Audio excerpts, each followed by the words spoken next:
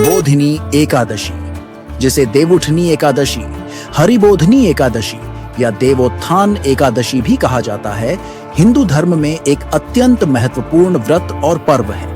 यह पर्व कार्तिक माह के शुक्ल पक्ष की एकादशी तिथि को मनाया जाता है और इसे भगवान विष्णु के जागरण के रूप में जाना जाता है। इस दिन को खास इसलिए माना जाता है क्योंकि 4 महीनों की योग निद्रा से भगवान विष्णु इसी दिन जागते हैं। यह तिथि मांगलिक कार्यों के पुनः आरंभ की भी सूचक है।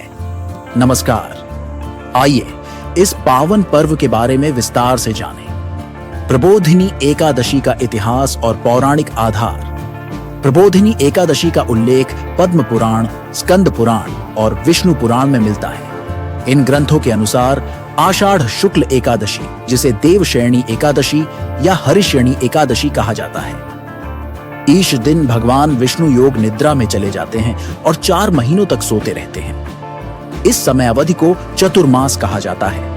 इन 4 महीनों के दौरान विवाह, यज्ञ और अन्य शुभ कार्यों का निषेध होता है। कार्तिक शुक्ल एकादशी को भगवान विष्णु जागते हैं और फिर से सृष्टि का संचालन करते हैं। इस दिन से विवाह, यज्ञादि शुभ कार्यों का प्रारंभ होता है।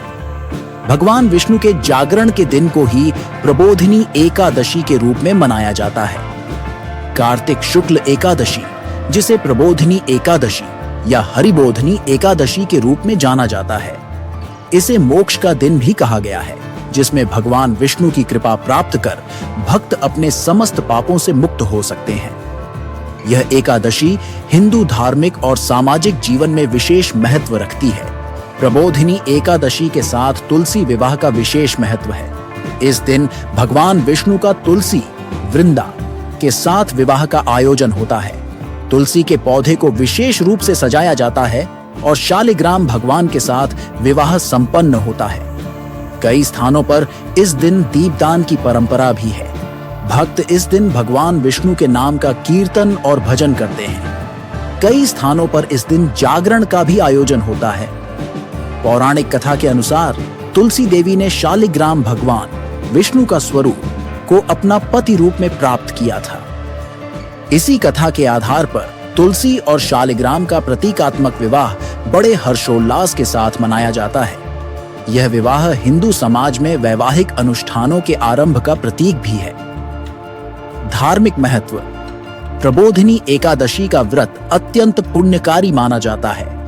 इस दिन भगवान विष्णु की पूजा करने और व्रत रखने से समस्त पापों का नाश होता है और मोक्ष की प्राप्ति होती है। भक्त भगवान विष्णु और तुलसी की विशेष पूजा करते हैं, निर्जल या फलाहार व्रत रखते हैं और रात्रि को जागरण कर भजन कीर्तन का आयोजन करते हैं। कुछ स्थानों पर इस दिन भव्य शोभा यात्राएं भी निकाली जाती हैं, जिसमें भगवान विष्णु की मूर्तियों को सजाकर धूमधाम से पूजा जाता है। कुछ स्थानों पर इस दिन राम विवाह का भी आयोजन होता है, जिसमें श्री राम और माता सीता के प्रतीकात्मक विवाह का उत्सव मनाया जाता है।